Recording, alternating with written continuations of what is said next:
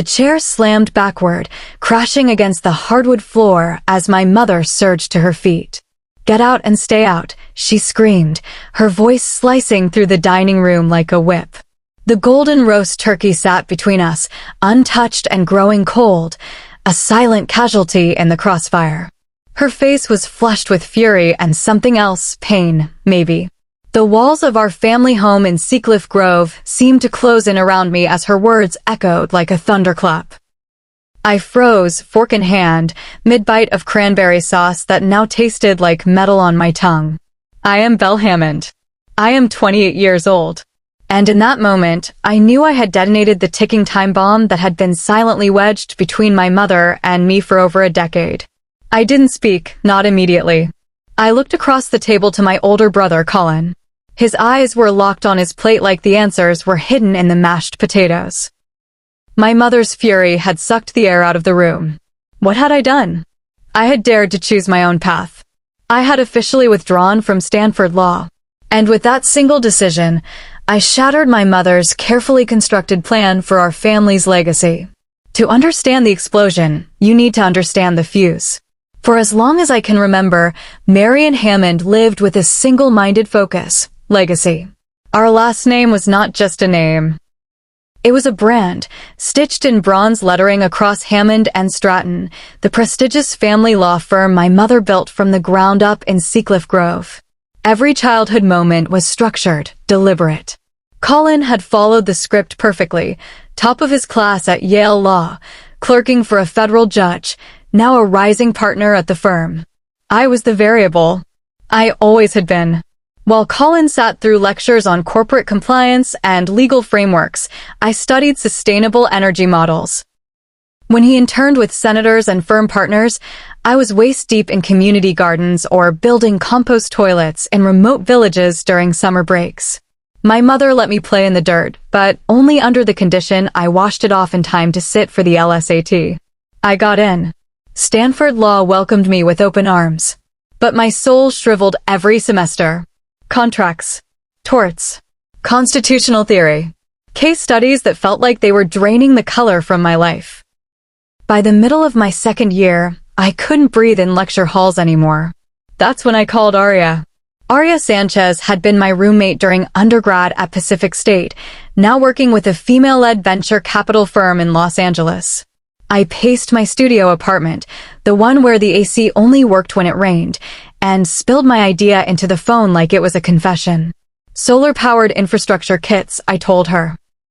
Portable, modular systems that deliver power and internet to remote communities. Think of it: clean energy, LED lighting, internet for education and trade. Aria didn't laugh. She asked for a deck. 3 weeks later, I quietly withdrew from law school and moved into a shared co-working space in Los Virgenes, hustling ramen nights and caffeine days. I told my family I was taking a mental health sabbatical. They believed me. What followed was 9 months of rejections. 17 no's from 17 firms. Some polite, others cruel. I kept going. I taught myself pitch decks and market research. I emailed foundations and manufacturers in Southeast Asia. I mapped out how each unit could be built, shipped, and maintained.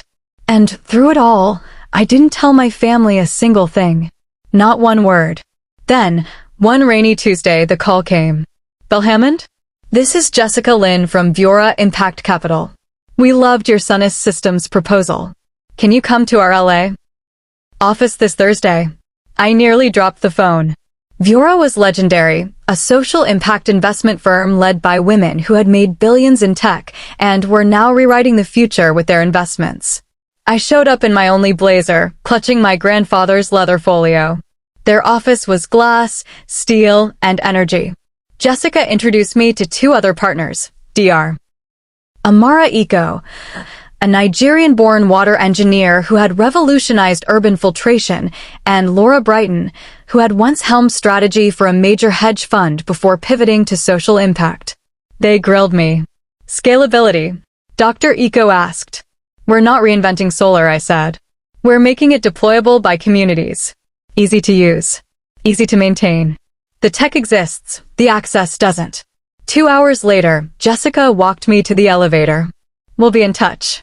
This is what we're looking for. 3 weeks passed.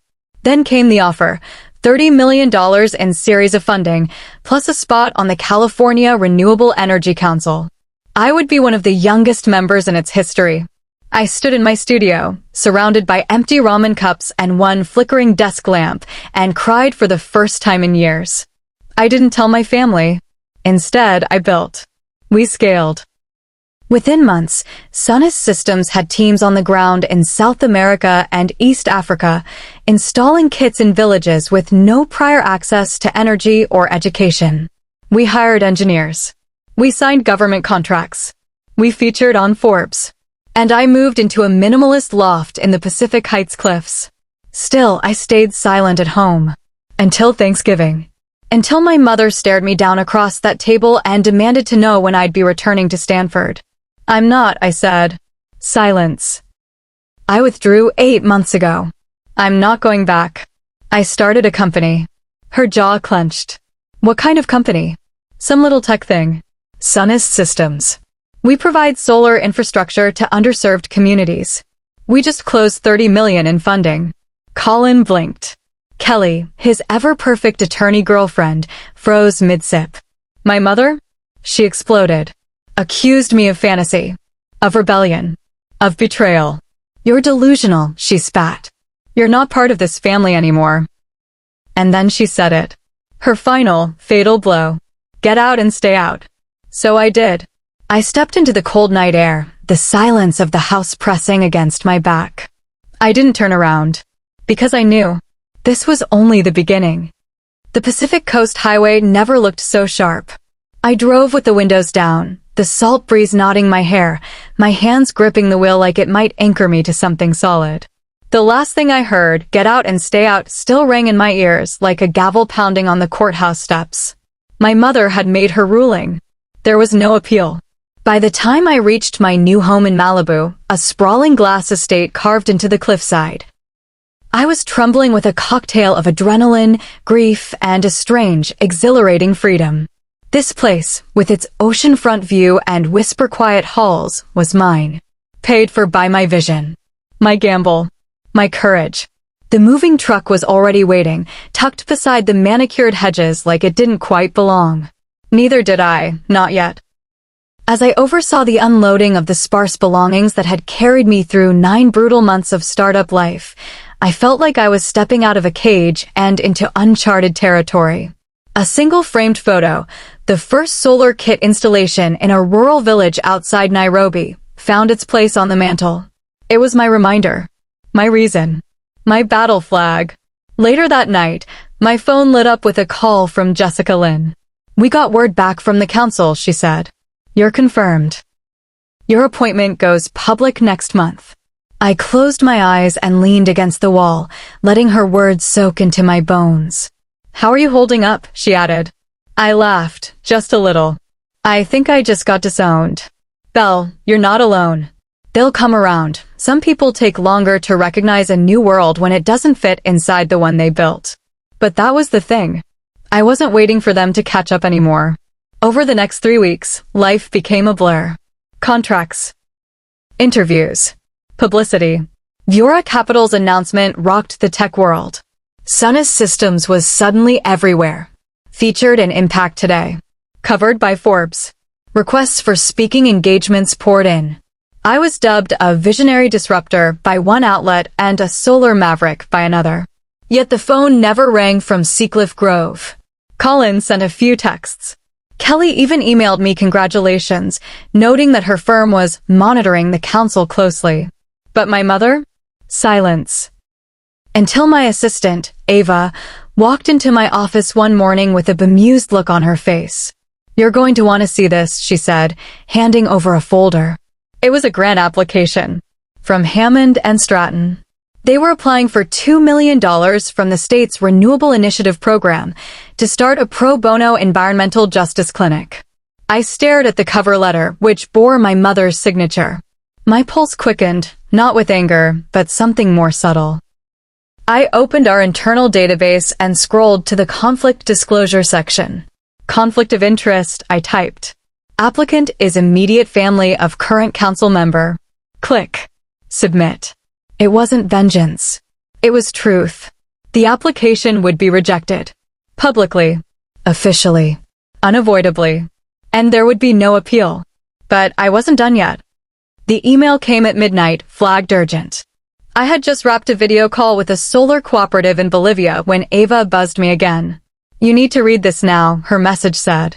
Attached was a link to a blog post that was gaining traction online, and not in a good way. Council members start up under fire for alleged misuse of federal grants. I sat bolt upright. The article accused Sunis Systems of overpromising on its pilot projects in East Africa, claiming delays, failed installations, and unverified impact metrics. The tone was damning, loaded with quotes from anonymous sources. One name, however, did stand out. Dylan Rowe. He had worked briefly in our Nairobi deployment office, a contractor we let go after missing multiple deadlines and mishandling equipment. He had an axe to grind. Apparently, he also had a blog. And a following. I felt my throat go dry as I read. He detailed supposed failings at our Kenya site, citing outdated photos and manipulated data. None of it was true, but it was written convincingly enough to pass for credible to an uninformed reader. Worse still, he mentioned the California Renewable Council and implied my appointment had created a pipeline for unchecked funding. Jessica called me before I could even pick up my phone. Damage control, she said bluntly. We've got a PR firm drafting a response, but this might get worse before it gets better. Do you think it was a coordinated hit? I asked. She hesitated. That grant application from your mother's firm? Word travels fast in legal circles. Someone may have felt challenged. I swallowed the knot forming in my throat. You think my family leaked this? I think someone who wants to see you discredited found a weak spot and pushed. That could be a jealous competitor or someone with a personal vendetta. Either way, the timing isn't accidental. The next 48 hours were a frenzy. Every major outlet that had praised us was now demanding answers. Our legal team was mobilized. We published field reports, installation photos, and data dashboards. We even invited journalists to visit our live sites to see for themselves. Most critics backed down. Most? Not all. Dylan doubled down. He posted a second article, this time alleging that our impact metrics had been retroactively altered. He even embedded a screenshot of an internal email, taken completely out of context, that made it look like we were massaging numbers to please investors. That email had only ever been seen by 4 people. And one of them was Colin. He had access. I had asked him to review our early documentation during the seed funding phase. It was a favor at the time. I never imagined he would use it against me. I called him. Did you talk to anyone about our early proposals? There was a pause. Then, why are you asking me that? Because someone is leaking internal communications. Communications only you, me, Arya, and Ava had access to. His voice grew tight. Belle, I don't have time for one of your conspiracy theories. Maybe you should focus on why someone wants to go after you in the first place. So you didn't leak anything? No. But if your company is under investigation, maybe that says something about your leadership. And just like that, he hung up. I stared at the screen, my pulse pounding. Later that evening, an anonymous package arrived at my Malibu house. No return address. Just a plain envelope, tucked inside a padded box. I opened it to find a USB drive and a typed note. Be careful who you trust. This goes deeper. I stared at the note for several long minutes, unsure whether to laugh, scream, or call Jessica. Instead, I went upstairs to my office, slid the USB into an air-gapped laptop, and opened the files. What I found made my blood run cold. There were emails between Dylan and someone using a burner account, arranging payment for information that could publicly discredit the council appointee. There were metadata traces linking the burner IP to a law office in Seacliff Grove. One with a name I knew all too well. Hammond and Stratton. It wasn't just sabotage. It was betrayal. And it wasn't coming from a jealous ex-employee. It was coming from inside my family. It was nearly 3 a.m., but I hadn't moved from my desk. The Malibu waves crashed in the distance, rhythmic and relentless, but all I could hear was the digital hum of the USB drive spinning in my laptop. I played the recording again, an audio file buried in the last folder, labeled innocuously as notes_5. The voice was unmistakable.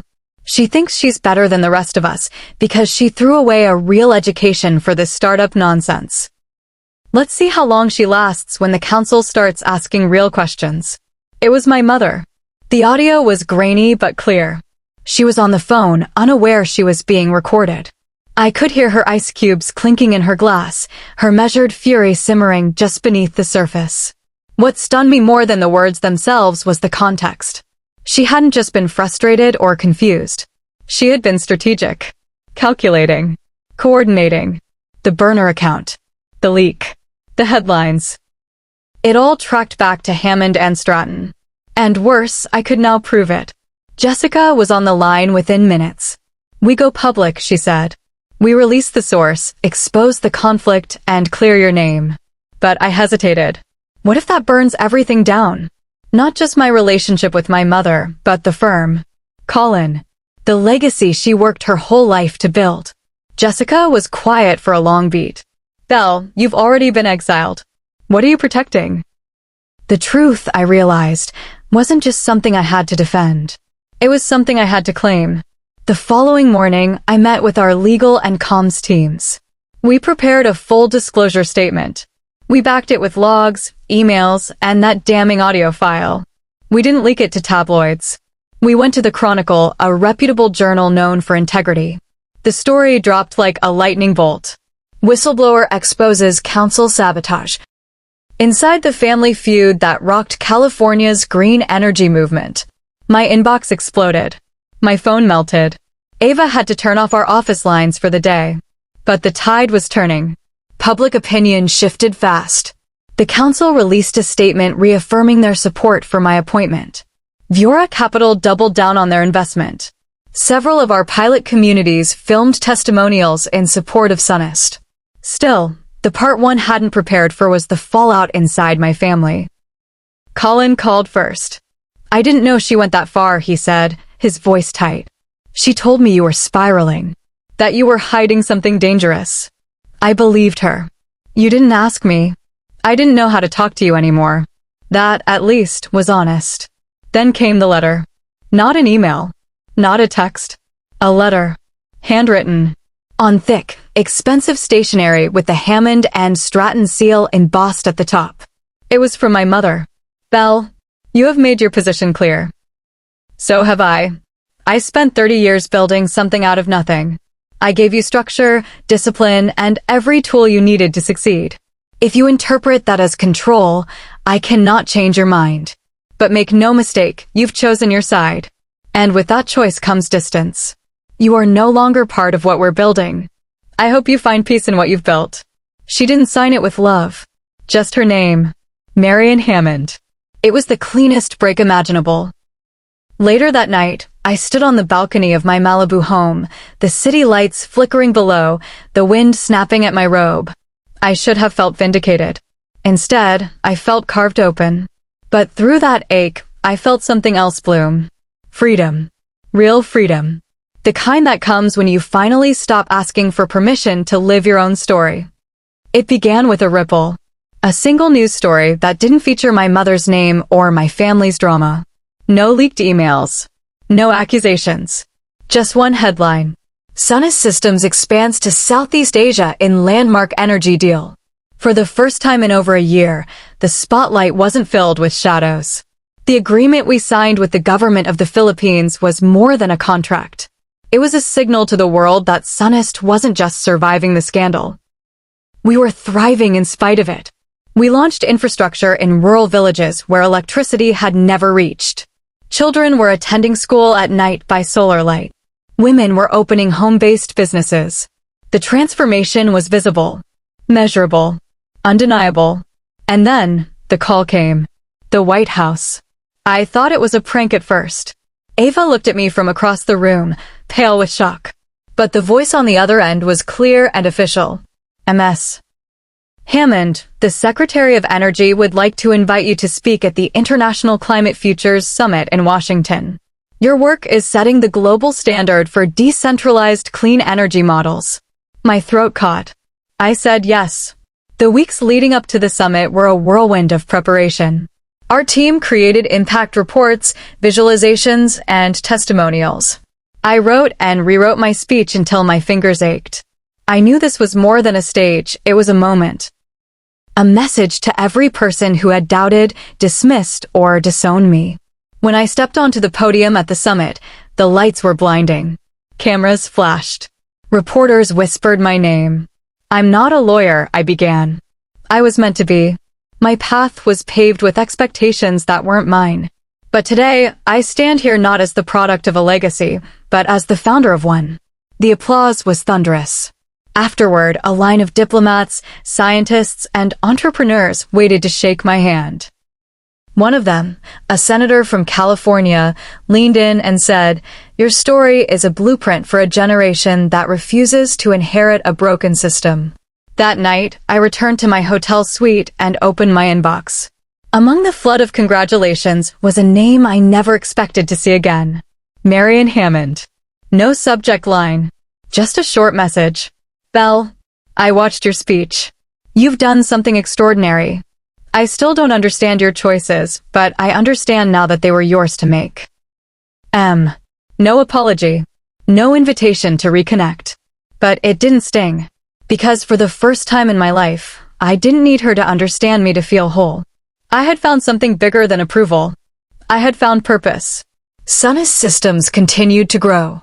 We established training programs for local technicians, hired women-led cooperatives to manage community sites, and even partnered with universities to develop next-generation energy kits. One afternoon, while visiting a site in rural Laos, I sat beneath a canopy of palm leaves, sipping tea brewed with water boiled by a Sunist unit. A young girl approached me, no older than 8, holding a worn workbook in her hands. "Miss Bell," she said in hesitant English, "because of the light, I can read at night now. I want to be an engineer like you." I felt tears prick my eyes. I crouched beside her. "You won't be like me," I told her. "You'll be even better." That night, beneath a sky full of stars, I understood the true weight of the journey I had taken. Not the rejection, not the betrayal, not even the triumph, but the change, the ripple that became a wave. My name is Belle Hammond. I was cast out. I was doubted. I was dismissed. And I rose. This is just the beginning.